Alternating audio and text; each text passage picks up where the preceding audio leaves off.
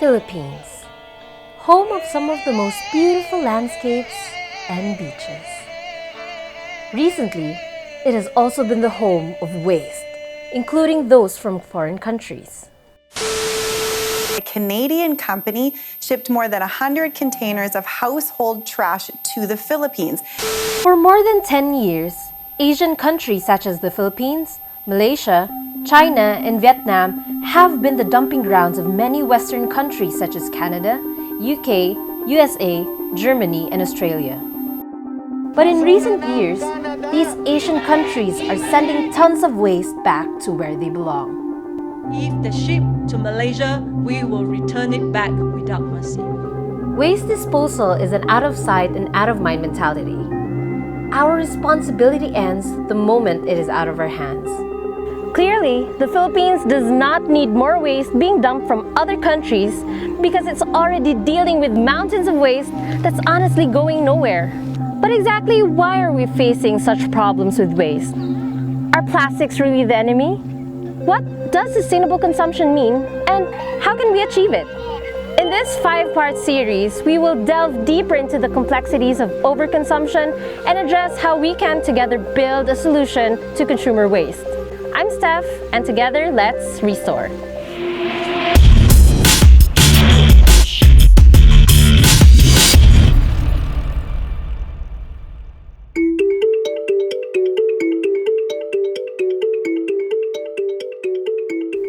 Inayawan Sanitary Landfill, Cebu City. In just a span of 20 years, this once barren place has become one of the biggest landfills in the region, spanning across 16 hectares of land. According to studies by global agencies, 54% of the waste disposed at Inayawan Sanitary Landfill are household products. This means that majority of the waste come from consumer goods like packaging from food, personal care products, toys, clothes, and many more.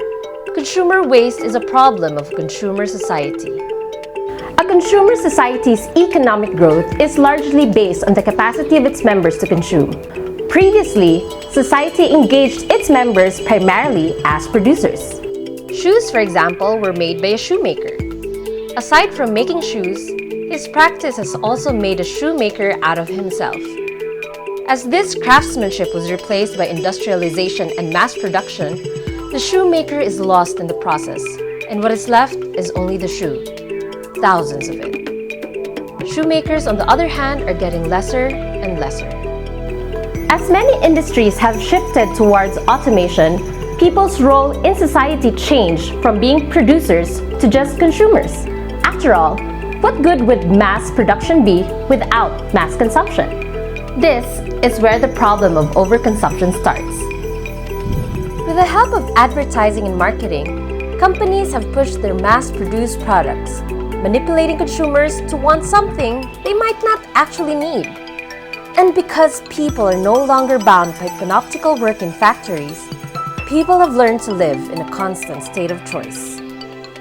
Overconsumption, therefore, is a result of the vicious cycle between manufacturers, marketers, and consumers, thus filling oceans and landfills with consumer waste. The important link that connects these three factors together is retailing. Retailing has made it possible for people to access products at quantities they want at the price they can afford. Retailing is defined as the sale of goods and services to the ultimate consumer, either for personal, family, or household use. This assumes that consumers are at the end of the process and are therefore responsible for product disposal. The widely adopted model of retailing is through a forward supply chain model, or otherwise known as the linear economy. The journey of a product starts from the extraction of raw materials through the manufacturing of products to the distribution of goods by retailers purchased by a consumer, and finally to its ultimate grave, which can be in landfills or in oceans. This system is very problematic. Extraction of raw materials have become more difficult and expensive, while waste from consumer goods are piling up fast with nowhere to go. Ultimately, the problem can have an effect on a global scale, causing climate change and other related phenomena. Today, new models are being adapted by different retailers to address the problem on consumer waste, such as the circular economy, the sharing economy, or the repair and maker movements. But there is no easy solution, and anything that moves us forward in one way or another is commendable. But if we are to envision a future of retailing and consumption that is truly sustainable and widely adaptable, we need to delve deeper into the problem and understand the history and complexities, possibly redefining our relationship with the material culture.